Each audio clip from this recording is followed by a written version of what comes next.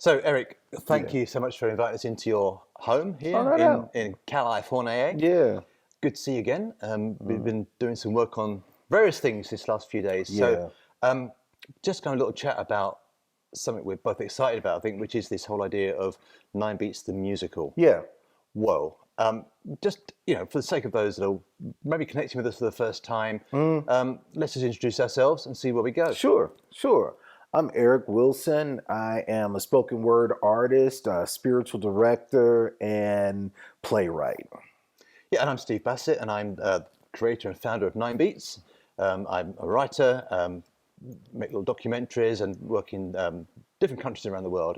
And we got together Yep. first around 7 years ago, 7 years actually near to ago. here. Yeah, here in Malibu. Yeah, Yeah. when we had this crazy idea to do a project around the nine Beatitudes Yeah. found in the Bible, words spoken by Jesus, to explore from an artistic perspective what sort of resonance they had in the world right now. Yeah. And this was 7 years ago, and of course the world's gone like so much has Right. happened in Yeah. 7 years. A lot has happened in 7 years. Yeah. Yeah. So just tell us about like your first connection Well, with us dude, and how it's developed. I actually crashed the party here because I was working here in Malibu on Pepperdine's campus, and a mutual friend of ours invited me to come, and she said there were some people coming to Malibu at a retreat center talking about the Beatitudes, and I'm like, I'll talk about Jesus. So I came up and was welcomed in as a Christian thought leader,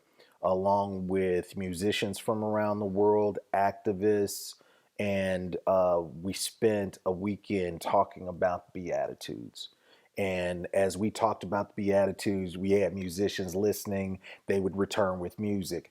As that album developed, you all invited me because found out that I was a spoken word artist to be included on the album, and it's developed into a 7 year relationship with us touring around England, the U.S., Greenbelt, Wild Goose here in the States, and a bunch of other smaller venues in those areas. And it's been a rich relationship, especially thinking through how these ancient words of Jesus resonate for us in this time. And as you said, that was 7 years ago, and in that time, we've as humanity have experienced a lot of trauma, a lot of pain, and we started talking about the musical soon after. And the idea is, what if we could leverage the Beatitudes as a pathway towards healing, and use use a theatrical experience as a healing ritual for everyone? That's what takes it out of the sort of like jazz hands musical kind Yeah, of idea. Because some yeah, people, when they hear the term musical, they think yeah, that's what they think. yeah, And obviously, we want it to be um, richly creative and yeah, entertaining, and of course. entertainment. Yeah, People are going to come and see it and pay money to come and see it, yeah, and will require that. But I think yeah, this idea, as it's developed, that takes us into trauma healing and those yeah. sort of things. Well, and I'll only say this from my work in theater for years. I've never saw theater functioning as art for art's sake. You know, from where I come from the aesthetic that I function from, art always has a purpose, always has a reason to exist in for its community, right? For the we call it the fecundity, for the enlivening of a community that is supposed to serve. And so if people are hurting, there's a way that we can position a musical that's not only entertaining but has the power to heal. And so that's the only way I think about Yeah. the craft. Yeah, completely agree with that. And I think the breadth of Nine Beats, so it's not just or not alone just a bunch of songs. Yeah. There is storytelling within Yeah, that, yeah. and that's tapping into different cultural idioms and resonances. Yep. There's spoken word. Yeah. There's the written form. And like you say, there is craft in the whole Yeah. in the whole project. We take it very seriously, and I think Yep. that's going to feed through. So we're not just using art to get a message across. Right. It's much more Yeah. rounded and holistic than that. Absolutely. I mean, yeah, you could use art to proselytize, to push a message. Okay, and art has been used for like that. But what we're trying to do is embed the ideology, the ways and thinkings of Jesus, particularly as it relates to the Beatitudes, in the very structure and makeup of what we're doing, whether it's the music, whether it's the learning lab, whether it's the musical, whatever it is. How do we not just, how do we invite people into an experience of Jesus's teaching as opposed to just, hey, this is what Jesus said? You know, live into what it feels like to trust, live into what it feels like to lament, walk into what it feels like to be a peacemaker.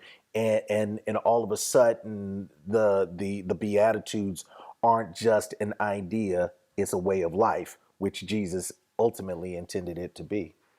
Yeah, and I think what's interesting with that take on things is how people who wouldn't necessarily identify as, you know, I'm a Christian, or I have any faith at all necessarily, or have any interest, they hear these kind of ideas, these sayings, and they go, hang on, that's what? And when you talk about, you know, a welcome, not a weapon, you know, tender, not toxic, inviting, not divisive, and then people say, well, where does that come from? And you are able to say, well, it's 2,000 years old, found in the Bible. Who said that? And you say, well, Jesus. And they're like, no, seriously, really? Well, you remember when we were in the 100 Club, right? Yeah. This famous club where, you know, what is it, Sex Pistols launched from there.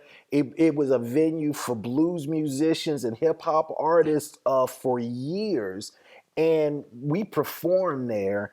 And after the show, when we're breaking down, that bouncer came, grabbed me, hugged me, and he was like, this was so good. When are y'all gonna be back? Because I need to hear more of that. Where'd you get that from?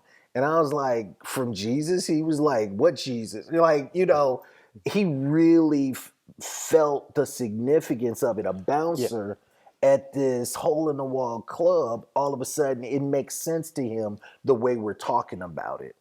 And that, for me, goes right back to the root of the project. So one of the most, I suppose, jaw-dropping moments for me was that, and in terms of, like, if you like, people who don't share those views, affirming the views, was that Rob Taylor, who is our co-conspirator in the event, and we had an audience with in New York City with a guy called Barry Bergman, who's a real music industry mensch. He's an amazing guy, and he's been responsible for so many massive acts. And you can have time with Barry Bergman. I guess he's in his probably at least mid, if not late 70s now, but an absolute mensch. And he. We'd sent in the album ahead of time, and then you have an hour with him. We ended up with 2 hours. Wow. And that time was incredible because during the whole interview, if you like, with Barry, we were very nervous. He said, look, I love this stuff. I love this album. And he said, actually, I see this being on stage. I see this on Broadway. I see this as a musical. And it was one of those moments where the hairs on the back of your arm stand up because I was thinking, how does he know that? How does he know that's been in my head for like decades? To do that. And it was Rob and I both came out, and we both said it's almost like that was almost like a what would you call it? Like a prophetic moment, where somebody says something very significant. And we joked. We said, "I bet you if we turn around and we say we want to go back in, the maitre d' will probably say something like, oh, he moved out years ago.'" Exactly. It was one of those weird things, you know. But it was that kind of affirmation, and this was probably 5 years ago, I guess, 4 or 5 years ago. But you go, yes, we've got something here. And then I was able to sort of say to you, what do you think about this? And you've kind of gone, oh, and you grabbed that. And I tell you, it is incredible that I show up as a spiritual director, as a thought leader, as a theologian, as a pastor, and I actually have a background as a playwright and that's done this work for years. And then we get a chance to really think through, what does it look like? So when we first started, the idea was, let's just create a framework, a vehicle for these songs. And then COVID hit, right? Yeah.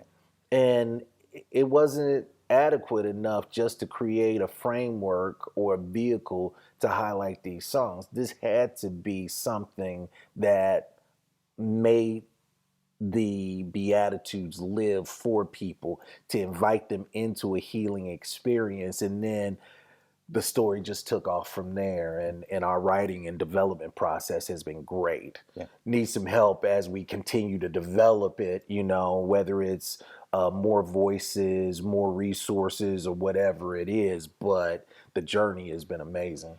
Yeah, and the process of that has been, we had a little workshop actually here, Yeah. with Heather Lynn and Ben Grace Ben and Grace. Rob, and just exploring that, and you facilitated that and helped us to think through a few things, on different levels. Has been fantastic. But now we've got to a stage where you've written a draft of the first couple of scenes, really. Yeah. So let me ask you a couple of things about that, because with that process that we've gone through, the various approaches. To read what you've done is like, oh wow, this is, and we've had various conversations along the way, but you did a little sort of like a little pen portrait of each character. So first of all, maybe tell us how many characters you see in it. Sure. And also there's one particular where you talk about the if you like, the personification of each beat. You talk about, for example, peace. Yeah. And you say peace, one of the more violent ones. Right.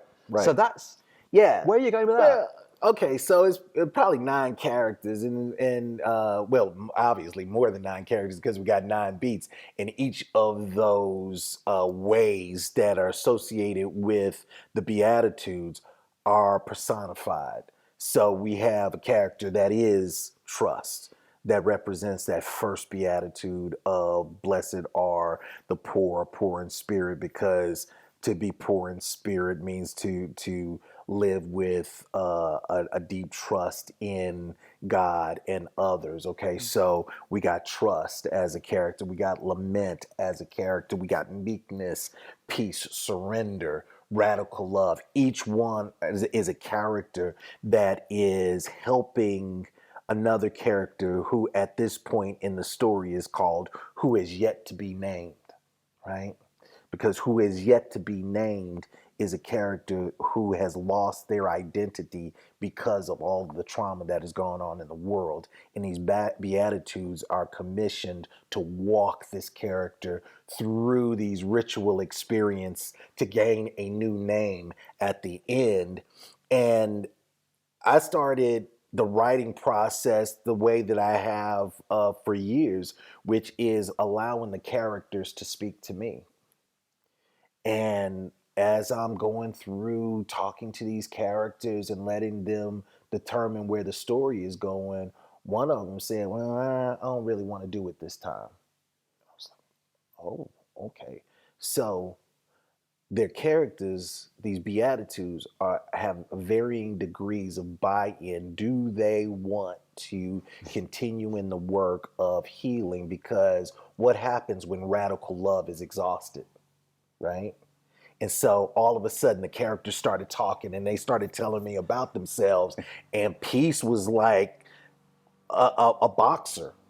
And I was like, okay, that's interesting. That's not how I would see Peace. But for peace to occur, you got to fight through some ego. You got to fight through some pride. You got to fight through the tendency of wanting to hurt and harm. And so all of a sudden the idea of fighting becomes significant as a way towards peace. And so it's just a different way of doing it. And what does it look like for surrender? Because surrender has learned how to live open-ended and to surrender all, that they are the most solid person. They're the most solid character on stage because they understand surrender.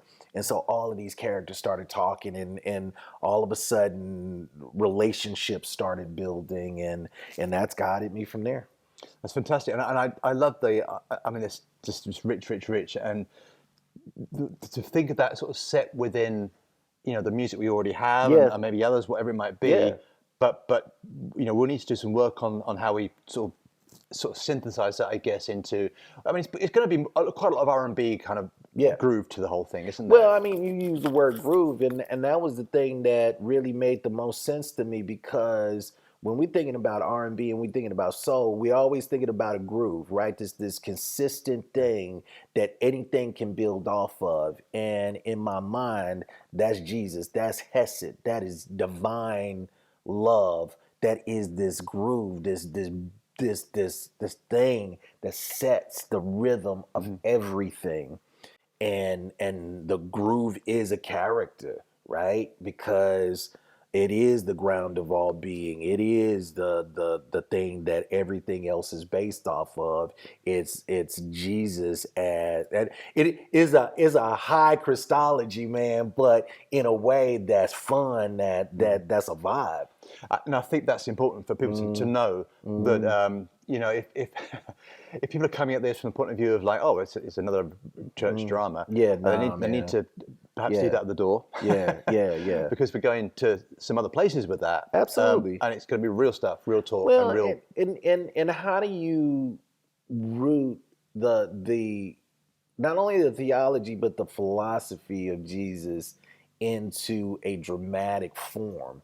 And it can be done, and it's in the fiber of it, right? And I think that is more resonant and makes more sense for people that aren't church familiar or whatever. Everybody can find access into a story where the very fiber of the performance is rooted in Hesed, deep covenantal love, and Jesus as the ground of all being. That's superb. So let's talk about. So if some folks are watching this and they think, hey, how do I support this? You know, and you know, let's be honest about it. We're looking for more investors. We're looking for more funders.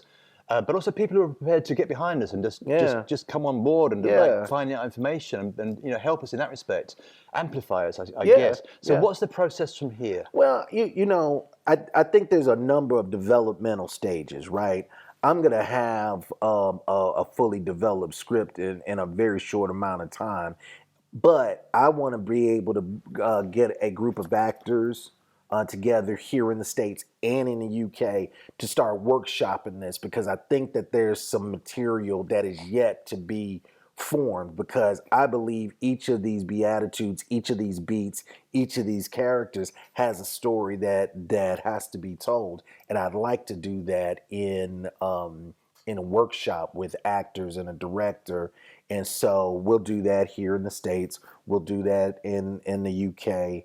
And then that'll ultimately get us to the final production script. And then that's when we start moving into some other production elements. Yeah, so it'd be great if we could find a few people that are prepared to go with that journey for us and take that longer view that these things take time to develop properly. Well, if you want to do it right. If you want to do it right and not sort of, you know, we could do something like in 3 months' time, that's fine. But we want to do something a little bit more, you know, rooted than that.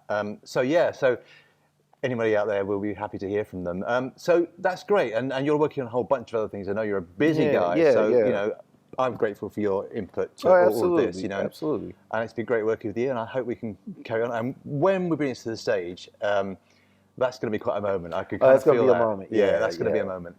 When we did the album, and we first performed the album live, actually at Greenbelt, that was a very powerful That was moment. nuts. That was it nuts. was nuts as well. It was a powerful moment. But when you sort of, you know, when something that you've done from like nothing becomes a reality, it is a moment in your life that you never forget, and hopefully people can relate to it and enjoy.